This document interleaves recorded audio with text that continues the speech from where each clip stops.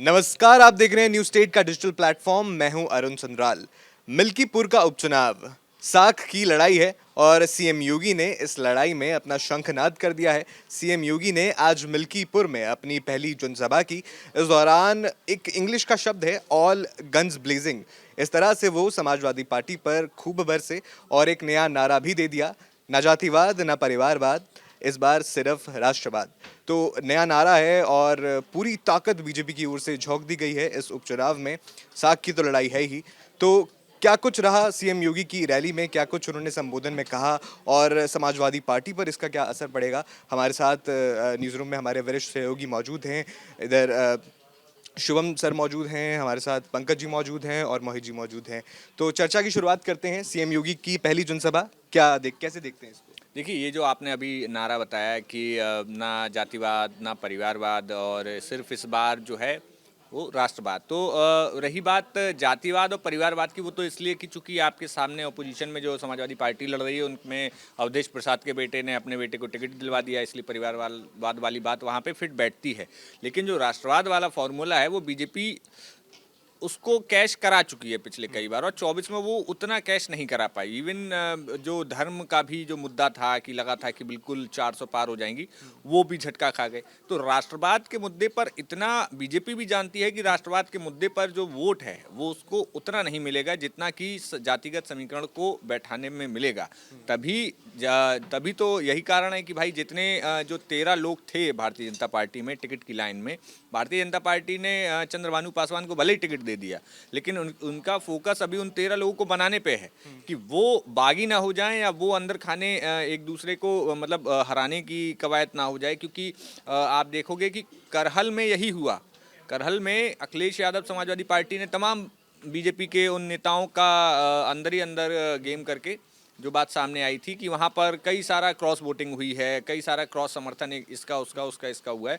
तो वो फॉर्मूला मिल्कीपुर में भी दिख रहा है। लेकिन मुझे लग रहा है कि अगर हम जनसभा को देखें तो दो पूर्व विधायक वहां पे मौजूद थे। एक जो पिछली बार चुनाव लड़े थे, बाबा गोरखनाथ, और एक और विधायक थे जो कि कंटेंशन में थे, शायद उन्हें टिकट मिल सकता है। तो मुझे लगता है कि इस बार बीजेपी ने एक यूनाइटेड फ्रंट जो है पेश करने की कोशिश की है। पिछले चुनाव में जो कमियां रहीं उसको बनाने की, उसको दोबारा जो है अपने आप को मजबूत करने की कोशिश की है। देखिए, बीजेपी ने इस बार कुछ नहीं किया है। बीजेपी ने इस बार वो सभी काम किए हैं जो कि मिल्कीपुर में उन्हें जीत दिला सकता है। बीजेपी के लिए मिल्कीपुर का चुनाव जीतना नाक की लड़ाई है, मूंछ की लड़ाई है, अस्तित्व की लड़ाई है। आप इसको जो भी संज्ञा दे सकते हैं वो संज्ञा दे दीजिए। मकसद सिर्फ एक है, मिल्कीपुर। अगर वो मिल्कीपुर से जीत जाते हैं तो केंद्र की राजनीति और देश की राजनीति, केंद्र की राजनीति और राज्य की राजनीति दोनों में एक जो डेंट लगा है बीजेपी के ऊपर, और बीजेपी पे जो ये लांछना लग रहा है, जो अयोध्या में भगवान राम का मंदिर बनवा के भी आप चुनाव हार गए और आप हिंदुत्व का जो है सो अयोध्या की राम की नगरी के लोगों ने, राम ने नकार दिया है। तो बीजेपी उसका बदला लेना चाहती है, उसकी भरपाई करना चाहती है। और यहाँ से बीजेपी 2027 का जो रन है, मेन रन है, उसमें जाना चाहती है।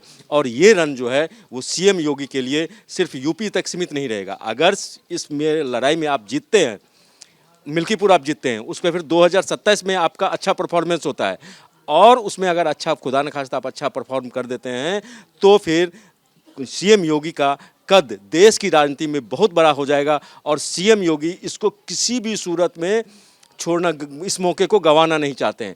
तो इसलिए उन्होंने इसलिए आप देखिए, जो 13 आदमी वहाँ पे चुनाव के में लिस्ट में बीजेपी के था, और टिकट सिर्फ ब सिर्फ भानु पासवान को मिला। जबकि भानु पासवान सीएम योगी के गुड, मतलब बोलते हैं जो वन ऑफ द बेस्ट में नहीं थे, आदि ये थे, गोरखनाथ उनके फेवरेट कैंडिडेट थे। लेकिन उन्होंने अपने फेवरेट कैंडिडेट को, बोलते हैं ना, जो अगर घोड़े का 2.5 चाल होता है, जो एक बड़ा चीज़ आप करना चाहते हैं तो 2 कदम पीछे आते हैं, तो सीएम योगी 2 कदम पीछे आए हैं अपने। और इससे बताया जाता है जो उनके जो और प्रत्याशी हैं वो नाराज भी हैं। तो सीएम योगी ने सबको मनाया है, सबको ये किया। और पासवान समुदाय, देखिए वहाँ वोटर जो संख्या है, पासवान समुदाय और यादव समुदाय लगभग इक्वल है, 60 से 65 हज़ार है, और ब्राह्मण जो है 50 से 55 हज़ार है। तो वहाँ बताया जा रहा है जो ब्राह्मण समुदाय के भी लोग थे उस टिकट के 2 रेस में थे, तो उन्हें भी नहीं दिया। और सीएम योगी लगातार उनको मना के अपने 6 मंत्रियों को वहाँ छोड़ दिया है। और सीएम योगी किसी भी तरह से चुनाव को जीतना चाहते हैं। अब देखिए, उन्होंने जो राष्ट्रवाद का नारा दिया, लेकिन ये राष्ट्रवाद के साथ, राष्ट्रवाद का नारा उनको उस समय सूट करता है, जो अयोध्या के मिजाज को सूट करता है। लेकिन मोइन खान की भी वो कहना नहीं भूले, और जितना सफाई पे जितना भी लांछना वो लगा सकते हैं समाजवादी पार्टी के कार्यकर्ताओं पे, नेताओं पे, वो करना वो नहीं भूले।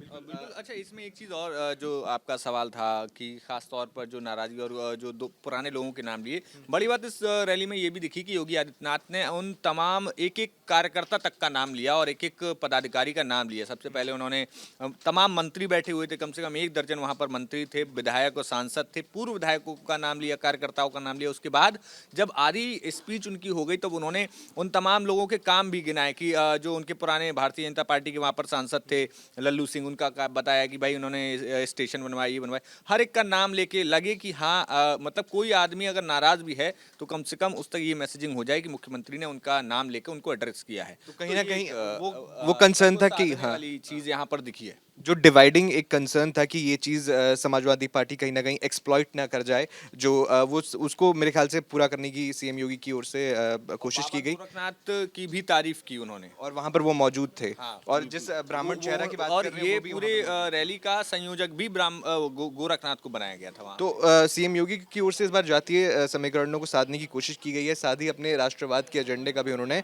अपनी रैली में जिक्र किया। हमने देखा कि आमतौर पर जब पिछला ये जो उपचुनाव हुए, इसमें भी सीएम योगी की ओर से या बीजेपी की ओर से सपा को माफियाओं के साथ जुड़ा हुआ या फिर जो अनलॉफुल एक्टिविटीज़ हैं उनमें जुड़ा हुआ दिखाने की कोशिश की गई। और मोहित खान का जिक्र करते हुए सीएम योगी ने यहाँ पर भी यही कोशिश करने की। तो क्या ये स्ट्रैटेजी जो है सेम रहने वाली है जो उपचुनाव में जीत दिलाई? देखिए अरुण, राजनीति जो होती है, जैसा मोहित जी ने कहा कि मैसेजिंग का बहुत बड़ा खेल होता है। अब 2024 का लोकसभा इलेक्शन जब हुआ उसके बाद अवधेश प्रसाद ने जब फैजाबाद की सीट जीती, लोग अयोध्या से उसे उस सीट का नाम फैजाबाद है, लेकिन चूंकि वो अयोध्या में पड़ती है इसलिए उसे लोग अयोध्या के नाम से जानते हैं। और बीजेपी का एजेंडा जो रहा था राम मंदिर का, वो पूरा हुआ पिछले साल, और उसके जस्ट बाद बीजेपी अयोध्या में चुनाव हार गई। इसके बाद मैसेजिंग के लिए क्या किया गया, अखिलेश यादव अवधेश प्रसाद को एक सर्टिफिकेट की तरह लेकर घूम रहे थे। आप देखेंगे कि पार्लियामेंट में अवधेश प्रसाद अखिलेश यादव के बगल में बैठते थे। हर बार कोई भी मुद्दा हो, कोई भी बात हो, अवधेश प्रसाद को दिखाया जाता था। और जिस तरीके से विपक्ष ने संविधान के मुद्दे पर चुनाव लड़ा और उसके बाद अवधेश प्रसाद ने अयोध्या की सीट जो जीती, तो अवधेश प्रसाद एक उस सर्टिफिकेट जो दिखाना चाह रहे थे, एक ट्रॉफी दिखाना चाह रहे थे, उसके लिए बिल्कुल मुफीद उम्मीदवार थे वो। और अगर मिल्कीपुर उपचुनाव बीजेपी हार जाती है तो जो तस्वीरें हमें लोकसभा में देखने को मिली वही तस्वीरें हमें देखने को मिलेंगी उत्तर प्रदेश की विधानसभा में। और वो तस्वीरें जो लखनऊ से आएंगी वो दिल्ली तक बहुत गहरी चोट देंगी। तो इसलिए मिल्कीपुर जो उपचुनाव है वो साख की लड़ाई हो गया है। देखिए योगी आदित्यनाथ जो बात कर रहे हैं, परिवारवाद की हो, राष्ट्रवाद की हो या माफिया की हो, ये कोई नई बात नहीं है। मुलायम सिंह यादव ने जब से समाजवादी पार्टी बनाई उसके बाद से लेके अब जब अखिलेश यादव उसका नेतृत्व कर रहे हैं, ये कोई नई बात नहीं है कि परिवारवाद का आरोप लगता रहा हो। और आरोप लगे भी क्यों ना, चूंकि मुलायम सिंह यादव की पार्टी थी, उसके बाद शिवपाल यादव रहे, उसके बाद राम गोपाल हैं, अखिलेश यादव खुद नेतृत्व कर रहे हैं। और वही बात अयोध्या की जिस मिल्कीपुर सीट पर उपचुनाव हो रहा है वहाँ भी है, अवधेश प्रसाद के बेटे चुनाव लड़ रहे हैं वहाँ पर, तो जाहिर सी बात है परिवारवाद के आरोप लगेंगे। और दूसरी बात ये है कि मुलायम सिंह यादव कभी इन सब चीज़ों से पीछे भी नहीं हटते थे। उनके साथ चाहे मुख्तार अंसारी का परिवार रहा हो या अतीक अहमद का परिवार रहा हो या इसके अलावा भी जो उत्तर प्रदेश के जो भी बाहुबली माफिया या जो भी लोग थे, तो मुलायम सिंह यादव कभी भी उनसे पीछा नहीं छुड़ाते थे। मंच पर बाकायदा वो मुलायम सिंह यादव के साथ दिखते थे।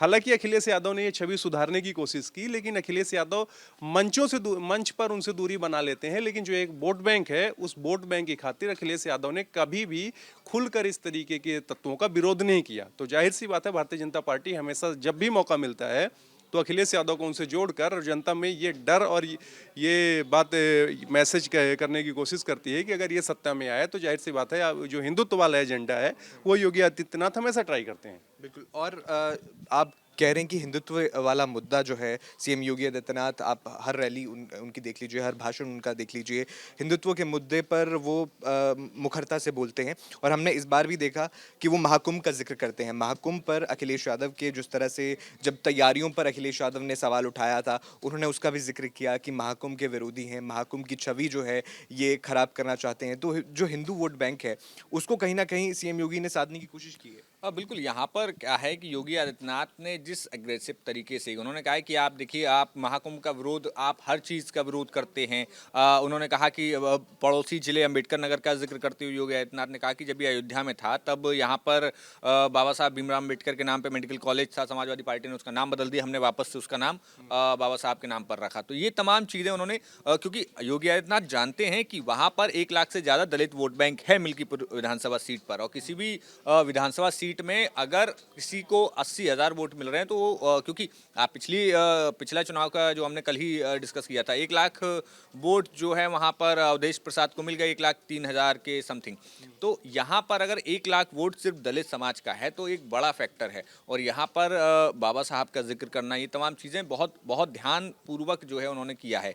और रही बात कुंभ की, तो कुंभ पे प्रहार किया। उसके बाद बड़ी बात ये थी कि इस रैली में योगी आदित्यनाथ ने बड़े अच्छे तरीके से कहा कि जो एक गुलामी का ढांचा था अयोध्या में, उसको हटना था, और समाजवादी पार्टी इस ढांचे को हटाने के लिए हमेशा विरोध करती थी, और जो गुलामी का प्रतीक था उसको तो हटना ही हटना। कहीं ना कहीं ये जो योगी आदित्यनाथ का बयान है, इसको बाबरी मस्जिद से भी जोड़ के देखा जा रहा है। तो चूंकि वो अयोध्या में ही खड़े थे, अयोध्या में राम मंदिर बना, राम मंदिर किस जगह बना, वहाँ पर एक मस्जिद थी, तो ये तमाम राजनीतिक चीज़ है। यहाँ पर ध्रुवीकरण भी हो रहा है, धर्म की राजनीति भी दिख रही है। उसके अलावा जातिगत समीकरण साधे जा रहे हैं, क्योंकि जितने ज़्यादा समीकरण जो साध लेगा वो ये चुनाव जीत लेगा। समीकरणों की बात हो रही है तो हमने देखा था उपचुनाव, उससे पहले जो लोकसभा चुनाव थे, बीजेपी को बड़ा झटका लगा था। समाजवादी पार्टी ने बहुत अभूतपूर्व प्रदर्शन किया था लोकसभा चुनाव में, उसके बाद कॉन्फिडेंस के साथ वो उपचुनाव में उतरे, लेकिन बुरी तरह मुझे लगता है कि इसे हार ही कहेंगे, 7-2 से आप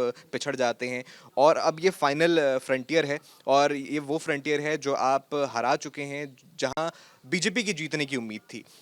अब क्या स्ट्रेटजी कोई डिफरेंट समाजवादी पार्टी की तरफ से हो सकती है, क्योंकि पीडीए का फॉर्मूला जो आपको लोकसभा चुनाव में जीत दिलाता है वो आपको उपचुनाव में हार भी दिलवाता है।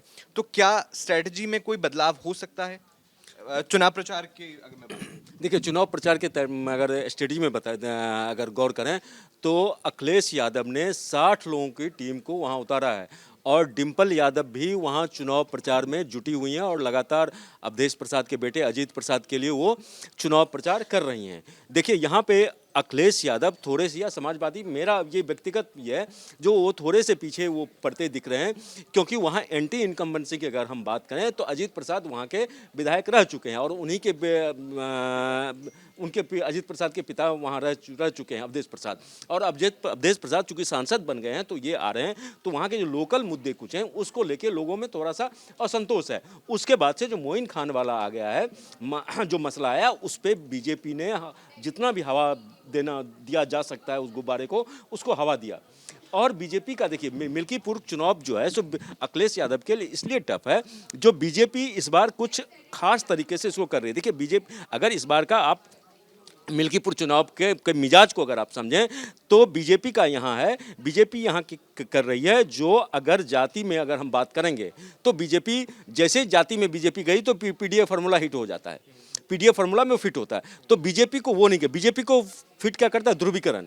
अगर आप 2 समुदाय को अलग कर दें तो फिर जाति खुद ब खुद खत्म हो जाता है, और बीजेपी का अच्छा होता है, अच्छा परफॉर्मेंस होता है। तो सीएम योगी वो इस बार करने की कोशिश कर रहे हैं। तो इसलिए मुझे जो लगता है, वो हालांकि अभी कहना बड़ा जल्दी होगा जो वहाँ पे कैसा रिजल्ट रहेगा, क्या रिजल्ट रहेगा, क्योंकि वो समाजवादी पार्टी का एक तरह से आप देखें तो वो गढ़ भी है, लेकिन उस गढ़ में उसमें सेंध लगाने के लिए सीएम योगी अपने तरफ से कोई कमी नहीं छोड़ना चाहते हैं। बिल्कुल, सीएम योगी कोई कमी नहीं छोड़ना चाहते हैं। हमने उनके भाषण में सुना, उन्होंने मोहित खान का जिक्र किया, जिस तरह से आपने भी इस चीज़ का जिक्र किया कि समाजवादी पार्टी को कहीं ना कहीं माफियाओं या गुंडों या इस तरह से जो अपराध जिनका साबित होता है, जिन पर आरोप लगता है, उनसे जोड़ने की कोशिश उपचुनाव में भी की थी उन्होंने। मुझे लगता है कि ये बहुत हमारा एक तय करने का पैमाना काफ़ी अलग रहा है, लेकिन कई सारी चीज़ें ग्राउंड पे अलग है। जैसे अगर हम देखें तो अखिलेश यादव अपने सारे समीकरण साधते हुए भी चल रहे हैं। मतलब आप देखिए कि अयोध्या में एक तरफ अवधेश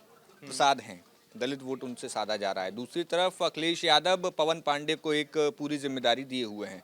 पवन पांडे अयोध्या के ही रहने वाले हैं, पूर्व विधायक रहे हैं, पूर्व मंत्री भी रहे हैं, और यादव वोट बैंक अखिलेश यादव साधे हुए हैं। इसके अलावा जो अन्य तमाम गैर यादव ओबीसी की बात हो जाए तो वहाँ पर भी अखिलेश यादव लगातार जो नेता तमाम आसपास के जिलों में 2027 में समाजवादी पार्टी के टिकट पाना चाह रहे हैं, वो सब मिल्कीपुर में उतर चुके हैं इस वक्त। तो ऐसी स्थिति में यहाँ पर एक टफ फाइट बहुत ज़्यादा होने वाली है, और ख़ासतौर से कास्ट वाइज अगर आप इक्वेशन देखो, क्योंकि बड़ी बात यह है कि अगर पवन पांडे को टिकट चाहिए तो उनको ब्राह्मण वोट समाजवादी पार्टी को दिलवाना पड़ेगा, क्योंकि अगर वो वोट नहीं भी आता है, अगर समाजवादी पार्टी को मिलता है तो अच्छी बात है, अगर नहीं मिलता है तो भी अखिलेश यादव के लिए आसानी हो जाएगी कि उनको टिकट नहीं देना पड़ेगा पवन पांडे को, वो किसी और को भी टिकट दे सकते हैं। तो ये सारे समीकरण हैं अभी जो देखे धीमे धीमे पकेंगे। और सबसे बड़ी बात है ना, जो आप जिस तरह से वो 7-2 का जो आप बता रहे हो, वो उपचुनाव का मिजाज और ये उपचुनाव काफ़ी अलग है। लेकिन अगर मैं ये जो चुनाव है, ये इसकी का जो हनक है सो राज्य से लेके केंद्र तक है, और ये हनक जो है अगर ठीक से हनक गए सीएम योगी, तो सीएम योगी के लिए आगे का रास्ता भी ये साफ करेगा। बिल्कुल, ये पूरा मोमेंटम जो है विधानसभा चुनाव का तय करेगा। मैं उस पर जो अपराधी हैं या आरोपी हैं, उनका जो लिंक समाजवादी पार्टी से सीएम योगी बताते हैं, उस पर फिर से आना चाहूँगा। उपचुनाव में ये स्ट्रैटेजी पूरी काम की थी। हमने देखा था मोहित खान की जो प्रॉपर्टी है उन पर बुलडोजर चला, या दूसरी जगह भी सपा के नेताओं से कुछ जुड़ाव सामने आया, तो वो स्ट्रैटेजी मुझे लगता है कहीं ना कहीं उपचुनाव में काम करी। क्या इस उपचुनाव में वो काम करेगी? देखिए, कई बार क्या होता है, उपचुनाव हमेशा सरकारों के पक्ष में इसलिए चला जाता है क्योंकि जनता को ये पता होता है कि जो अगर हम चुने, जो सरकार राज्य में चल रही है या केंद्र में चल रही है, उसके प्रतिनिधि को हम चुनते हैं तो हमारे लिए विकास का काम आसान हो जाएगा। हमारे लिए वो, अगर हमारा विधायक कल को मंत्री बन जाता है, या अगर लोकसभा का उपचुनाव है तो हमारा सांसद कल को मंत्री बनता है या नहीं भी बनता, तो अगर वो सत्ताधारी पार्टी से है तो विकास के काम कराना उसके लिए बहुत आसान होगा। लेकिन मिल्कीपुर में समीकरण बिल्कुल अलग हैं। जो वो 10 और 7 की आप बात कर रहे हैं, वहाँ से ये चुनाव बिल्कुल उलट हो जाता है, क्योंकि ये चुनाव साख का चुनाव है। ये चुनाव एक सिर्फ उपचुनाव नहीं है, ये चुनाव एक मैसेज देने का चुनाव है। और अवधेश प्रसाद लगातार जो वहाँ से विधायक रहे हैं, और दूसरी बात ये है कि अगर आप आंकड़ों पर जाएंगे तो बीजेपी इससे पहले भी यहाँ 2 बार उपचुनाव हुए हैं, शायद 1998 और 2004 में, वहाँ बीजेपी को हार का सामना करना पड़ा था। और दूसरी बात यह है कि बीजेपी के पास सारी मशीनरी है, वो अलग बात है, क्योंकि वो केंद्र और राज्य दोनों जगह पर सत्ता में है, उनके पास सारी मशीनरी है। लेकिन जो समीकरण है वो कहीं ना कहीं समाजवादी पार्टी को मिल्कीपुर में फायदा पहुंचाते रहे हैं। बीते अगर आप 2-3 दशक की बात देखेंगे, चाहे वो लोकसभा चुनाव हो या विधानसभा का चुनाव हो, वहाँ पर जो समाजवादी पार्टी है वो हमेशा से प्लस में रही है। और इस बार जो स्थितियां हैं, तो अखिलेश यादव ने भी अभी अपने सारे पत्ते नहीं खोले हैं, लेकिन जिस तरीके से मोहित भाई ने बताया, चाहे वो पवन पांडे हो, अवधेश प्रसाद खुद हो, या उसके अलावा जो अन्य नेता वहां लगे हुए हैं, वो पूरी तरीके से बीजेपी को पछाड़ने में लगे हुए हैं। और दूसरी बात यह भी है कि हो सकता है अवधेश प्रसाद को लेकर थोड़ी एंटी इनकम्बेंसी हो, लेकिन अवधेश प्रसाद लगातार वहाँ से चुने हुए प्रतिनिधि रहे हैं कई सालों तक, और राम मंदिर की जो प्रचंड लहर थी उसके बाद भी अवधेश प्रसाद अगर वहां से चुनाव जीते हैं, तो जाहिर सी बात है लोकसभा का चुनाव जीतने के बाद भी लगातार वो मेहनत करते रहे होंगे, क्योंकि उनके बेटे वहां से लड़ रहे हैं, तो किसी भी कीमत पर वो नहीं चाहेंगे कि उनके बेटा जो है अपनी सीट वो बीजेपी के हाथ में जाने। और एक बात नहीं, मैं तो ये बोलूंगा, जो अगर ये चुनाव अवधेश प्रसाद के बेटे हार जाते हैं, अजीत प्रसाद, तो आपने जो लोकसभा में आपने देखा जो फ्रंट लाइन में बैठे हुए थे वो, ठीक है, तो वो फ्रंट लाइन में भी बैठे नहीं, पीछे की लाइन में बैठे हुए नजर आएंगे। नहीं, मुझे इसमें, हाँ पंकज जी, अगर अवधेश प्रसाद चुनाव हार जाते हैं, अवधेश प्रसाद की बहुत ज़्यादा उम्र हो गई है और उन्हें बहुत ज़्यादा उनकी राजनीति मुझे लगता है बची नहीं है। अगर अवधेश प्रसाद के बेटे ये चुनाव हार जाते हैं तो वो सिर्फ एक सीट का चुनाव हारेंगे, वो अपनी सीट नहीं रिटेन कर पाएंगे। लेकिन अगर ये बीजेपी चुनाव हार जाती है तो बीजेपी की जो पूरी मैसेजिंग है, जो इस राष्ट्रवाद की लहर पर, जिस राम मंदिर की लहर पर, हिंदुत्व की लहर पर बीजेपी सवार है, उस पर बीजेपी को एक बार फिर से मंथन करना पड़ेगा। और बीजेपी के जो इक्वेशन है, जो समीकरण है, उनको एक बार फिर से गहराई से उन पर विचार करना पड़ेगा कि क्या ये समीकरण हम साध पा रहे हैं या नहीं। अच्छा, इसमें एक चीज़ मैं ऐड करना चाहूँगा। हम लगातार कह रहे हैं कि 2024 के चुनाव के बाद जो है अखिलेश यादव अवधेश प्रसाद को अपने बगल में बैठा रहे हैं, ऐसा नहीं है। विधानसभा लोकसभा चुनाव के पहले भी जब से विधानसभा चलती थी, अखिलेश यादव और अवधेश प्रसाद साथ में ही बैठते थे विधानसभा में। बगल में बैठाने की बात नहीं है, बगल में बैठाते थे, जिस तरीके से ट्रॉफी की तरह से अवधेश प्रसाद को प्रेजेंट किया खास गया, तौर पर और राम मंदिर बनने के बाद। सिर्फ अखिलेश यादव नहीं, चाहे राहुल गांधी हो या विपक्ष का कोई भी नेता हो, आप ये बीते 5-6 महीने के 8 महीने की चुनावी रैलियां उठाकर देख लीजिए, राहुल गांधी कहीं भी जाते हैं तो हर बार अयोध्या, फैजाबाद और अवधेश प्रसाद का जिक्र करते हैं। अयोध्या के राजा तक उन्होंने उनको कह डाला। लेकिन बड़ी इस बात ये भी है कि अखिलेश यादव ने जो अभी तक उन पे आरोप लग रहे थे, खास तौर पे जो एक जो दबंग या जो बड़ी छवि वाले जो परिवार के साथ होने का जो हमेशा दाग लगता था, तो अखिलेश यादव को एक प्लस पॉइंट ये मिला है, मुझे जो लगता है कि जितने भी ये परिवार थे उनमें अब जो नई पीढ़ी है वो आगे आ गई है और वो बेदाग हैं। जैसे कि तमाम आरोप मुलायम सिंह यादव पर लगे, लेकिन अखिलेश यादव पर वो दाग नहीं है। तो वैसे ही चाहे आप कानपुर में सोलंकी परिवार, उन पर तमाम आरोप लगे, विधायकी चली गई, लेकिन उनकी पत्नी जो है अब जीत के आ गई हैं। ऐसे इकरा हसन जीत के आई हैं, हसन परिवार है, मुख्तार अंसारी के परिवार से उनके भतीजे, उनके भाई जो विधायक हैं, तो वो लोग अभी तक उन पे दाग नहीं है, लेकिन हाँ परिवार वो चीज़। मोहित जी, इस बात से मैं बिल्कुल असहमत हूँ। राजनीति अगर आप विरासत की कर रहे हैं तो आरोपों और जो दाग है वो भी आपको विरासत में मिलते हैं। राहुल गांधी आज भी इमरजेंसी का दाग ढो रहे हैं। राहुल गांधी आज भी नेहरू जी के जमाने में जो काम हुआ था या जो गलतियां हुई थी, राहुल गांधी आज भी उसका बोझ लेकर चल रहे हैं। अखिलेश यादव खुद वो बोझ लेकर चल रहे हैं। हिंदुओं जो कार सेवकों पे हमला हुआ था उसका बोझ लेके चल रहे हैं। उसके बाद जब मुलायम सिंह ने बोला था जो जवानी में ऐसे काम हो जाते हैं तो उसका बोझ लेके अभी भी अच्छा, इसमें उस समय जो अधिकारी थे और इस समय राम जन्मभूमि ट्रस्ट के वो सदस्य भी हैं, उन्होंने कहा था कि मुख्यमंत्री ने ऐसे कोई आदेश नहीं दिए थे। वो बड़ा बयान वायरल हुआ। अब फिर से मिल्कीपुर उपचुनाव पर जरा आए तो हमने दो हैवी वेट्स का जिक्र किया, बीजेपी वर्सेस एसपी, लेकिन नृपेंद्र मिश्रा की, सॉरी मैं नाम बोला, नृपेंद्र मिश्रा का बयान है। और बीजेपी और एसपी का हम जिक्र कर रहे हैं, लेकिन इस बार जो निर्दलीय हैं वो क्या भूमिका निभाने वाले हैं, इस पर भी चर्चा करना बहुत जरूरी हो जाता है। लेकिन क्योंकि सिर्फ 10 जो है टोटल कैंडिडेट्स हैं इस बार, तो बड़ा शॉर्ट कमेंट आपसे मैं चाहूंगा कि निर्दलीय इस बार कोई बड़ी भूमिका निभा सकते हैं? हाँ बिल्कुल, निर्दलीय भूमिका निभा सकते हैं। और जो समाजवादी पार्टी से निकलकर जो सूरज चौधरी हैं जो चुनाव लड़ रहे हैं, वो अगर बहुत मैं मान के चल रहा हूँ कि जितना वोट प्रतिशत, अगर वो 10,000 वोट भी अगर ले गए तो ये समाजवादी पार्टी के लिए मुश्किल हो जाएगी। 10,000 से ही। अब देखना होगा किसके लिए ये चुनाव। जो निर्दलीय जो खड़े हुए हैं वो गेम बनाने के लिए नहीं, गेम बिगाड़ने के लिए हुए हैं। तो फिर अंदाजा लगाया जा सकता है जो क्या है। अब देखना होगा निर्दलीय किसका खेल बिगाड़ते हैं और किसका खेल संवारते हैं। ये 5 फरवरी को जो है मतदान जब होगा, मतपेटी में जब वो फैसला आ जाएगा और हमें फैसला जो है 8 तारीख को पता चल जाएगा, तो देखना होगा क्या होगा आगे। फिलहाल आप न्यूज़ स्टेट के साथ बने रहिए। धन्यवाद।